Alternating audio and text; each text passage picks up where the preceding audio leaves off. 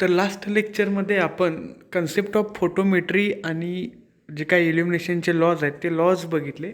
तर पहिल्या चॅप्टरमधला हा लास्टचा पॉईंट आहे की मेथड्स ऑफ लाईटनिंग कॅल्क्युलेशन, म्हणजे लाईटचं कॅल्क्युलेशन कसं करायचं किंवा लाईटनिंगचं कॅल्क्युलेशन कसं करायचं, तर त्याच्या मेथड्स बघायचे. तर बेसिकली लाईटनिंग कॅल्क्युलेशनच्या 3 मेथड्स आहेत. त्यातली पहिली मेथड आहे watts per square metre method. ह्यालाच ॲप्रॉक्सिमेट मेथड म्हणतात, म्हणजे ॲप्रॉक्सिमेट कॅल्क्युलेट केल्या जातात आणि त्यावरून एका स्क्वेअर मीटरला किती लाईट पडते, किंवा किती लाईट मिळते, किती वॅटेज मिळतं ते कॅल्क्युलेट करायची ही पहिली मेथड आहे. दुसरी मेथड आहे ल्युमन किंवा लाईट फ्लक्स मेथड. तर त्यात कसं असतं, एखादा सोर्स युनिफॉर्मली लाईट प्रोड्यूस करतो, म्हणजे एकसारखी सगळ्या दिशेने जर लाईट प्रोड्यूस करत असेल तर ती एखाद्या सरफेसवरती कशी मिळते, तर त्यासाठी एक फॉर्म्युला आहे. तो फॉर्म्युला आपल्याला सेकंड मेथडमध्ये बघायचा आहे. आणि थर्ड मेथड आहे point to point or inverse square law method. ह्यात काय आहे की समजा एकाच प्लेनमध्ये 2-3 सोर्स आहेत आणि 2-3 सोर्स लाईट प्रोड्यूस करतायत एकाच सरफेसवरती. तर ते मग त्यात कसं आहे की प्रत्येक लाईट किती प्रत्येक सोर्स किती लाईट प्रोड्यूस करतो हे आपल्याला बघायचं. सो त्यासाठी आपल्याला इनवर्स स्क्वेअर लॉ अप्लाय करायला लागतो आणि तो इनवर्स स्क्वेअरला अप्लाय करून आपल्याला प्रत्येक सोर्सचा ल्युमेन कॅल्क्युलेट करता येतो, म्हणजेच किती लाईट पडते किंवा किती सोर्स तुमची लाईट इमिट करतो ते आपल्याला पाहता येतं. ठीक आहे. सो त्यातली पहिली मेथड बघूया, तर watts per square metre method. So basically watts per square metre जी काय मेथड आहे तर ती रूल ऑफ थंब मेथडनी कॅल्क्युलेट करतात. तर रूल ऑफ थंब मेथड कशी असते, तर खाली दिलेलं आहे, divide the wattage consumed in the room by its area in square metre to calculate watts per square metre. आता ही जी काय watts per square metre method असते ती अप्रॉक्सिमेट मेथड असते, म्हणजे तुम्हाला इन जनरल किंवा अंदाजे जर एखाद्या रूममध्ये किंवा एका स्क्वेअर मीटरमध्ये एखादा सोर्स किती लाईट प्रोड्यूस करू शकतो हे जर कॅल्क्युलेट करायचं असेल तर त्यासाठी watts per square metre method आहे. सो त्यात काय करायचं असतं, तर त्या रूममध्ये तुम्ही किती वॅटचा बल्ब लावला हा बघायचं. तर इथं खाली एक्झाम्पलमध्ये लिहिलेलं आहे की 750 वॅटचा एक सोर्स आहे, म्हणजे तो जो काय बल्ब आहे किंवा ते जो काय लाईट सोर्स आहे तो 750 वॅट एवढा काय करतो, लाईट प्रोड्यूस करतो. ठीक आहे. तर त्या 750 वॅटला म्हणजेच किती वॅटेजचा सोर्स आहे त्या वॅटेजची व्हॅल्यू म्हणजे किती 750 डिवायडेड बाय काय करायचं, तर जो काही तुमची रूम आहे किंवा जो काही तुमचा एरिया आहे तो एरियानं त्याला डिवाईड करायचा, टोटल एरियानं.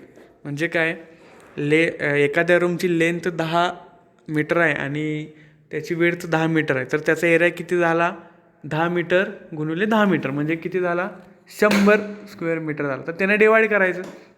मी इथे दिलेलं आहे त्यांनी की 750 वॅटचा सोर्स आहे, त्याला डिवाईड किती केलेलं आहे त्यांनी 192.89 स्क्वेअर फीटनं. म्हणजे आता 189 स्क्वेअर फूट काय आहे, तर त्या रूमचा एरिया आहे.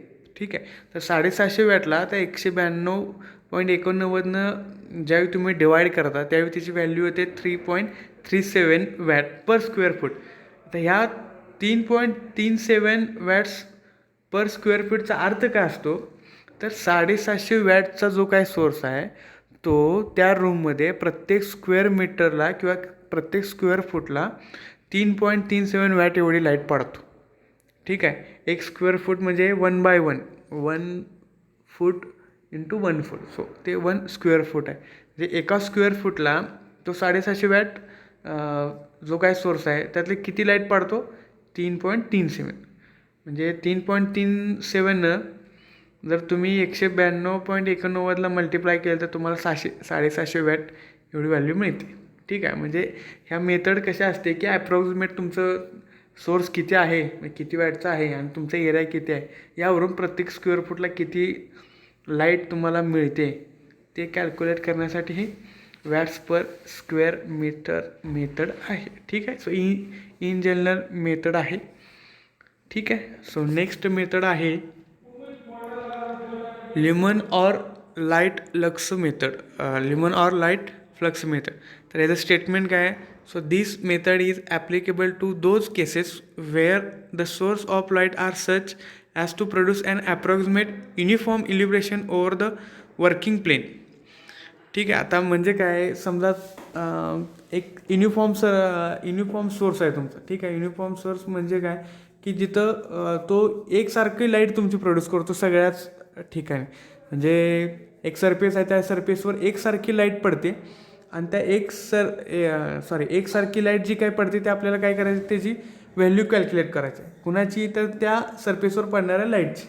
तर ती कशी कॅल्क्युलेट करायची, तर त्यासाठी खाली एक फॉर्म्युला दिलेला आहे की lumens received on a working plane. Working plane याचा अर्थ ज्या सरफेसवरती एखादा सोर्स लाईट पडतो तो, मग तो lumens received on the working plane is equal to number of lamps. आता नंबर ऑफ लॅम्प्स म्हणजे त्या रूममध्ये किंवा त्या सरफेसवरती तुम्ही किती सोर्स वापरून लाईट पडलेली आहे. ठीक आहे. एक जर लॅम्प तुम्ही वापरले असेल आणि ती एक लॅम्प त्या वर्किंग प्लेनवरती किंवा त्या सरफेसवरती लाईट पडत असेल तर नंबर ऑफ लॅम्प्स 1 झाले, multiplied by weightage of each lamp. आता आपण इथं किती सोर्स वापरला, एक वापरला, तर त्या किती वॅटेजचा तो सोर्स आहे. समजा 60 वॅटेजचा असेल तर 60 वॅटेज लिहायचं into efficiency of each lamp in terms of lumens per watt. आता इफिशियन्सी म्हणजे काय, आउटपुट डिवायडेड बाय इनपुट. ठीक आहे. सो इफिशियन्सी तिथं घ्यायची multiplied by coefficient of utilisation divided by depreciation factor. So coefficient of utilisation काय असतं आणि डिप्रिसिएशन फॅक्टर काय असतो ते आपण नेक्स्ट स्लाईडमध्ये बघूयाच. सो कोएफिशियंट ऑफ युटिलायझेशनचा अर्थ काय असतो, तर it is the ratio of luminous reaching the working plane to the total luminous given out. याचा अर्थ काय, त्या वर्किंग प्लेनवरती किंवा त्या सरफेसवरती किती लाईट पडलेली आहे डिवायडेड बाय तो सोर्स किती लाईट प्रोड्यूस करतो. ठीक आहे. म्हणजे किती लाईट मिळते आणि किती लाईट प्रोड्यूस करते, हे जे काय रेशो असतो त्याला आपण कोएफिशियंट ऑफ युटिलायझेशन और त्याला युटिलायझेशन फॅक्टर म्हणतो. म्हणजे 60 वॅटचा बल्ब आहे, तो 60 वॅट लाईट पाडतो. ठीक आहे. पण ॲक्च्युली सरफेसवरती किती मिळते, ह्या दोघांचा रेशो म्हणजेच त्याला आपण युटिलायझेशन फॅक्टर म्हणतो. सो तो एक फॅक्टर कन्सिडर करायचा असतो. आणि नेक्स्ट आहे डिप्रिसिएशन फॅक्टर. आता डिप्रिसिएशन फॅक्टर कसा असतो, समजा तो 60 वॅटचा बल्ब आहे. ठीक आहे. तो तुम्ही 1 वर्षासाठी वापरा लागला, तर तुम्ही ज्यावेळी तो बल्ब 1 वर्षासाठी किंवा 2 वर्षासाठी वापरता, तर जसजसा आपण तो बल्ब वापरू किंवा जसजसा आपण तो सोर्स वापरू त्यावेळी काय होणार आहे, त्याचं जो काही ल्युमिनन्स असतो म्हणजे त्याचं जे काय वॅटेज आहे ते प्रोड्यूस होणारं, ठीक आहे आपण 60 समजू, पण रिसिव्ह होणारं कसं होतं, कमी जास्त होतं. आता ते कमी जास्त का होत असतं, समजा तुमचा सरफेस आहे, व्हाईट कलरचा सरफेस आहे, तो समजा एका वर्षांनी डल पडला, तर तिथं जे काय लाईट तुमची रिसिव्ह होणार ती काय होणार, कमी होणार. का होणार, तर जो काय सरफेस आहे तो सरफेस कसा झाला तुमचा, थोडासा डल झाला. सो असे जे काय फॅक्टर आहेत की ज्या फॅक्टरमुळे तुमचे रिसिव्ह होणारे लाईट किंवा आपण असं पण म्हणू शकतो की समजा लाईटमध्ये काय प्रॉब्लेम आला, म्हणजे सप्लाय जो काय बल्बला जाणार त्यामध्ये जर काय प्रॉब्लेम आला तर तो बल्ब 60 वॅटच्या ऐवजी 58 वॅटच देईल. ठीक आहे. सो अशा वेळी तर तो जो काय रेशो आहे, काय कुठला रेशो आहे, तर it is the ratio of initial metre candles to the ultimate maintain metre candle. याचा अर्थ काय, पहिल्यांदा ज्यावेळी तुम्ही तो लाईट सोर्स लावला त्या लाईट सोर्सचं वॅटेज डिवायडेड बाय एका वर्षानंतर त्याचं वॅटेज, ह्या दोघांचा जो काय फॅक्टर असतो तो फॅक्टर तुमचा डिप्रिसिएशन फॅक्टर आहे. सो असा फॅक्टर कन्सिडर करून तो तुम्हाला lumens received on working plane calculate करायचं असतं. म्हणजे किती लाईट त्या सरफेसवरती मिळाली ही कॅल्क्युलेट करायची असते. सो ही जी काय मेथड आहे त्याला लाईट फ्लक्स मेथड अशी म्हणतात. ठीक आहे. सो ही सेकंड मेथड आहे.